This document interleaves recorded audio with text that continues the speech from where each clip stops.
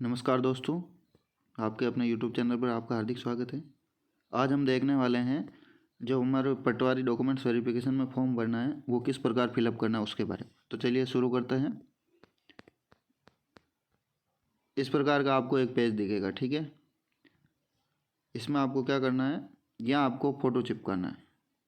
क्या चिपकाना है? यहाँ आपको फ़ोटो, इस जगह आपका आवेदक का फ़ोटो लगेगा और आपको सिग्नेचर भी करना है। सिग्नेचर इस प्रकार करना है कि आधे फ़ोटो के ऊपर हो और आधे आपके पेज के ऊपर हो, ठीक है। और इस साइड देखिए आप, लेफ्ट साइड में आवेदन पत्र के साथ सचिव यानी राजस्थान कर्मचारी चयन बोर्ड के नाम पर 100 रुपये का पोस्टल ऑर्डर, यह आपको पोस्ट ऑफिस में मिल जाएगा। और ये 100 रुपये का पोस्टल ऑर्डर लेना है और ये एक फॉर्म पे चिपकाना है आपको। इसकी 2 कॉपी बनानी है, लेकिन ये आपको एक फॉर्म पे चिपकाना है। यहाँ आपको 100 रुपये का पोस्टल ऑर्डर लेकर चिपकाना है। यहाँ नीचे आपको क्या करना है, यहाँ आपको रोल नंबर लिखने हैं। क्या लिखना है आपको? जो भी एग्ज़ाम में आपने भरे होंगे वो आपके रोल नंबर मिले आपको वो यहाँ आपको एप्लीकेशन नंबर लिखना है, यानी कि जो आपने पटवारी का फॉर्म भरा था उसमें एप्लीकेशन नंबर जो आपको मिले थे वो लिखने हैं। ये मेरिट क्रमांक है, ये आपको छोड़ना है, यहाँ कुछ नहीं भरना है। और यहाँ पर पोस्टल ऑर्डर नंबर, यानी कि जो आप यहाँ पर पोस्टल चिपकाओगे वो मिलेगा, उसमें कुछ भी नंबर दिए होंगे 2-4 संख्या के, वो आपको यहाँ लिखना है। यहाँ विज्ञापन संख्या देख लेनी है आपको। विज्ञप्ति में पद कोड क्रमांक मिले तो लिख देना, नहीं तो छोड़ देना, वहाँ बता देंगे वो आपको। पद का नाम पटवारी है तो पटवारी लिख देना। विभाग राजस्व मंडल है तो राजस्व मंडल लिख देना। आगे हम देखते हैं आरक्षण। ये आरक्षण के बारे में है कि भाई आप किस कार्ड से आते हो और आपकी क्या कैटेगरी है, ठीक है। तो अब हम यहाँ देखें तो आप सामान्य हो, अगर जनरल से हो तो यहाँ जनरल पर टिक कर लेना, बाकी सब में निशान कर देना, ठीक है। ST SC हो तो वो टिक कर देना। 12 शहरी जनजाति हो तो उसमें जो भी हो आप वो टिक कर देना, ठीक है। फिर आता है मूल निवास, यानी कि आप मूल निवासी कहाँ से हो। राज्य आपका राजस्थान तो यहाँ राजस्थान आ जाएगा। जिला, जो भी आपका जिला है वो जिला भर देना। संबंधित तहसील और अन्य टिप्पणी, यानी इसमें अपना गांव का नाम लिख देना। आगे हम देखें जन्म स्थान, कि आपका जन्म कहाँ हुआ। वैसे मूल निवास जहाँ होते हैं हम वहीं का जन्म स्थान होता है। तो यहाँ राज्य, जिला, तहसील और गांव जहाँ आपका जन्म हुआ है, ठीक है भाई। आगे हम देखें, ये कॉलम है अतिरिक्त विशेष श्रेणी, यानी कि ये विशेषकर महिलाओं के लिए है। अगर महिला हैं उन्हीं को भरना है। आप अगर पुरुष हो तो आपको इसमें कोई छेड़छानी नहीं करनी है।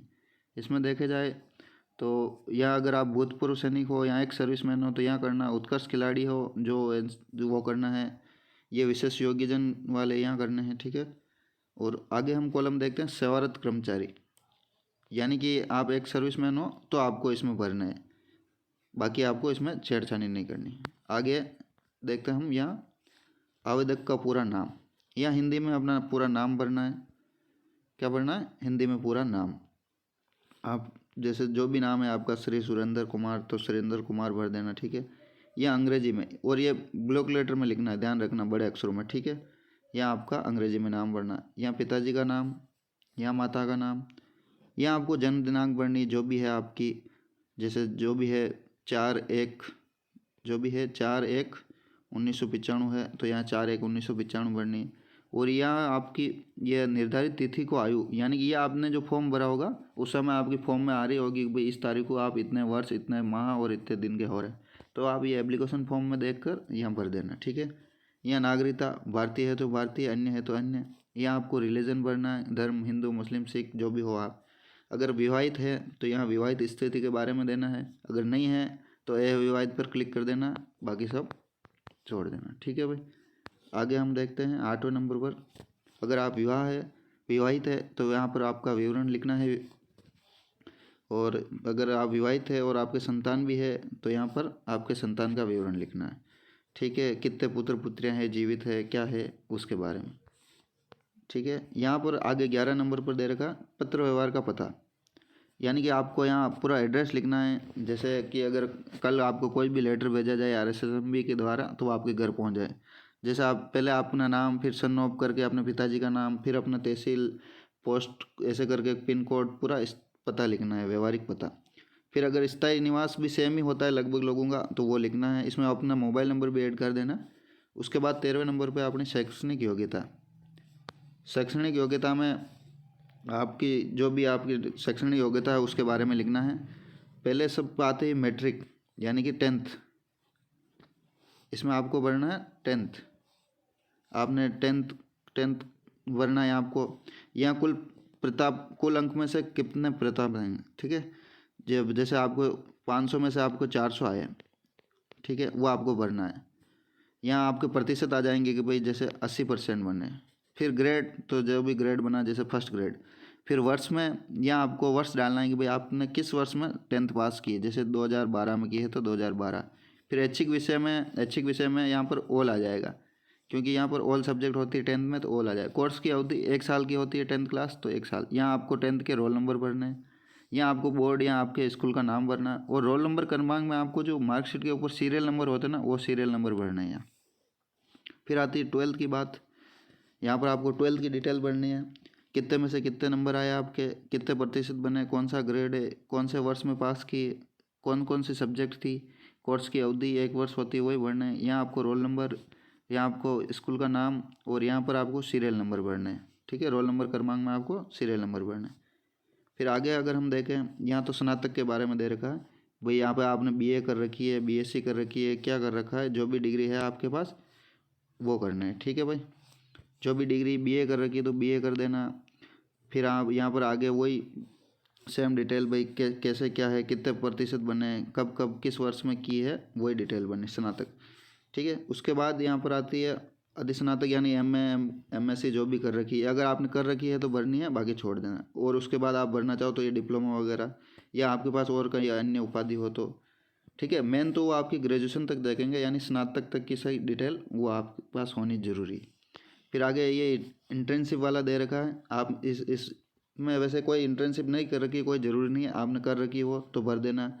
ये भी मेडिकल पैरामेडिकल काउंसलिंग, ये भी आपने अगर आपको है कोई आपके तो भरना, बाकी छोड़ देना, ये भी कोई आवश्यक नहीं है। फिर आगे हम देखते हैं पद हेतु आवश्यक अनुभव।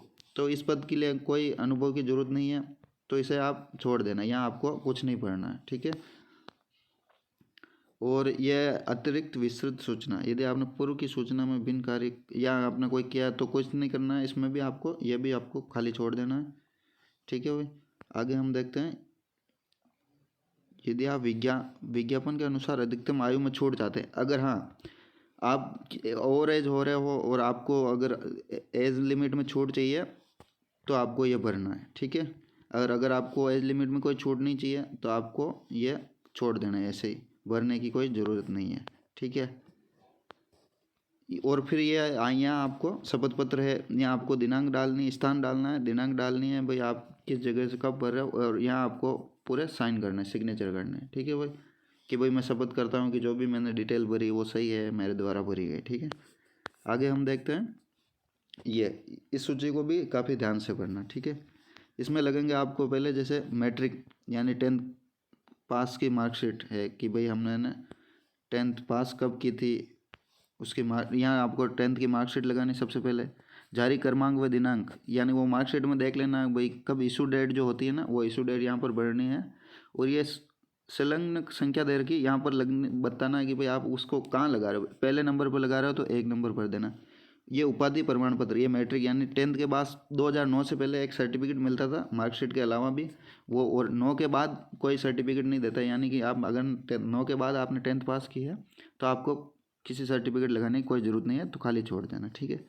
इसके बाद हायर सेकेंडरी यानी 12th की लगानी है, यहाँ इशू डेट, और यहाँ आप किस नंबर पर लगा रहे हो, जैसे 2 नंबर पर लगा रहे हो 2 नंबर भर देना, 3 पर लगा रहे हो 3 भर देना। फिर ये उपाधि वही सर्टिफिकेट लगेगा, यहाँ 12th का सर्टिफिकेट। फिर यहाँ डिग्री लगेगी, ठीक है। यहाँ फिर मार्कशीट, आगे आपने एमए कर रखी है एमए, वो एमएससी जो भी। फिर 8वें नंबर पे है उपाधि वापस एमए की जो डिग्री है वो।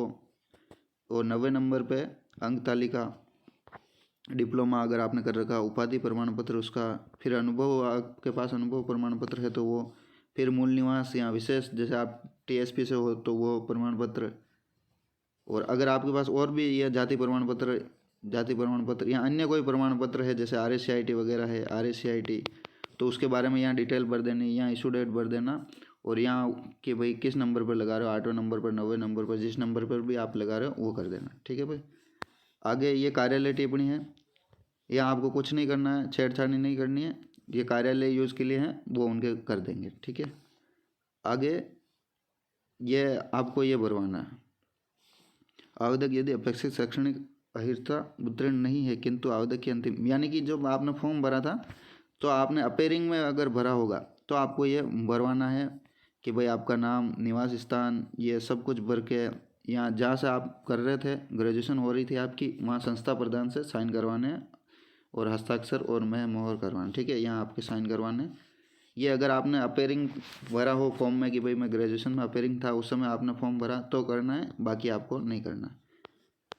आगे अभ्यर्थी की संक्षिप्त चेक लिस्ट, ये आप देख लेना अपने शैक्षणिक योग्यता से कि भाई आप अभ्यर्थी की अनिवार्य शैक्षणिक योग्यता विज्ञप्ति में निर्धारित योग्य के सर्वथा अनुरूप है या उसमें भिन्न है, कि भाई आपने जो योग्यता मांगी है उसमें है या नहीं है, इस प्रकार भरनी। ये कार्यालय, यहाँ कार्यालय उपयोग हेतु है, ये लास्ट वाला कॉलम ये छोड़ देना, इसमें आपका जो है नहीं है वो टिक मार्क कर देना। ठीक है, फिर ये श्रेणी वर्ग उसी प्रकार भरना है।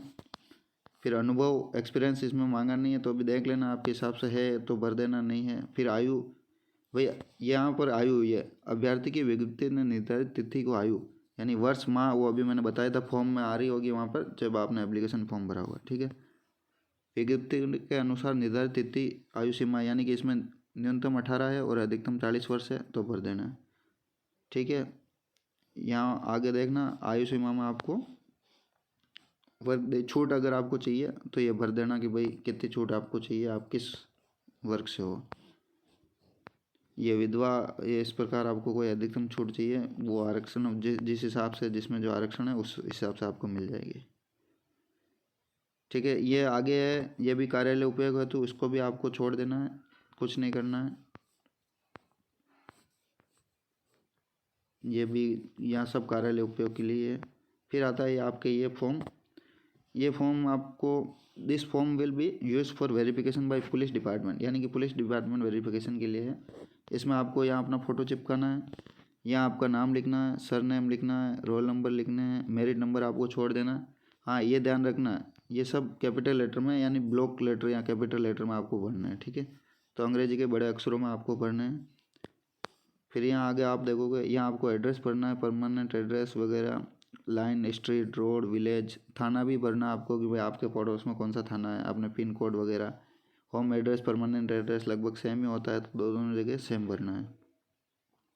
फिर पर्टिकुलर पैलेस ऑफ वेयर, अगर आप 5 साल से कहीं बाहर रहे हो, जैसे आपने कहीं पढ़ाई वगैरह की है 2-3 साल कहीं बाहर जो भी की है आपने कोचिंग वगैरह की है तो उसके बारे में यहाँ पर डिटेल भर देना कि भाई यहाँ रहे आप इतने साल ये किया है। ठीक है, फिर आता है ये फादर्स डिटेल, यहाँ आपको पिताजी का नाम लिखना है, यहाँ पर पेरेंट्स पोस्टल एड्रेस लिखना है, यहाँ होम एड्रेस लगभग सेम ही होता है, यहाँ प्रोफेशन लिखना है भाई क्या करते हैं, वो खेती करते हैं, जॉब करते हैं, जो भी है। यहाँ पर आपकी नेशनलिटी आती है, इंडियन हो तो Indian, mother Indian, husband wife जो भी है वो। फिर प्लेस ऑफ बर्थ कि भाई जन्म कहाँ हुआ है वो भरना है आपको, डेट ऑफ बर्थ भरनी है, फिर एज भरनी है। इस प्रकार ये फॉर्म आपको फिलअप करना है, काफ़ी ध्यान से करना। और यहाँ आपको ये जो है ना एजुकेशन क्वालिफिकेशन, यानी कि आपने किस किस स्कूल से पढ़ाई की है, यानी कि 15 साल के थे तब से आपने किस स्कूल से, मतलब लगभग आप 10th में होंगे तब 15 साल का हो जाता है लड़का, तो यहाँ पर भर देना भाई एड्रेस पे आप 10th, डेट ऑफ एंट्रिंग मतलब किस डेट को आपने एंटर किया, किस डेट को पास किया, और एग्जामिनेशन पास मतलब जैसे टेंथ में आप कब एडमिशन लिया था और कब पास किया था, लगभग जुलाई में लेते हैं और मार्च तक, अप्रैल तक हो जाता है सेशन में। यहाँ आपका स्कूल का एड्रेस, विलेज, डिस्ट्रिक्ट है, इस प्रकार। फिर आगे 12th, ऐसे कर करके दो तीन मतलब 15 साल के थे उसके बाद की जो भी आपने 10th कहाँ से की, 12th कहाँ से की और ग्रेजुएशन कहाँ से की, उसके बारे में यहाँ पर डिटेल भरनी है। ठीक है, यही है मेन जानकारी। उसके बाद यहाँ पर वही है आपको डेट प्लेस और यहाँ पर आपको सिग्नेचर करना है, कैंडिडेट सिग्नेचर। उसके बाद यह जो नीचे है ये आपको एक गजेटेड ऑफिसर से साइन करवाने हैं। ठीक है, ये यहाँ पर गजेटेड ऑफिसर, यहाँ आपका नाम, पिताजी का नाम जो भी है, प्लेस, डेट, और यहाँ पर जो भी वो एक फर्स्ट ग्रेड ऑफिसर से आपको सील व साइन करवाने हैं, वो अपना नाम पता जो भी है उसकी स्टाम्प लगा कर देंगे। और इसकी आपको 2 कॉपी तैयार करनी और ये स्वयं के हाथों से भरनी। इसकी फ़ोटोकॉपी नहीं करवानी है, यहाँ किसी और दूसरों से नहीं करवाना है और काट छाँट नहीं करनी, ठीक है। ध्यान रखना। और भी कोई आपका डाउट हो तो कमेंट करके ज़रूर बता देना। धन्यवाद।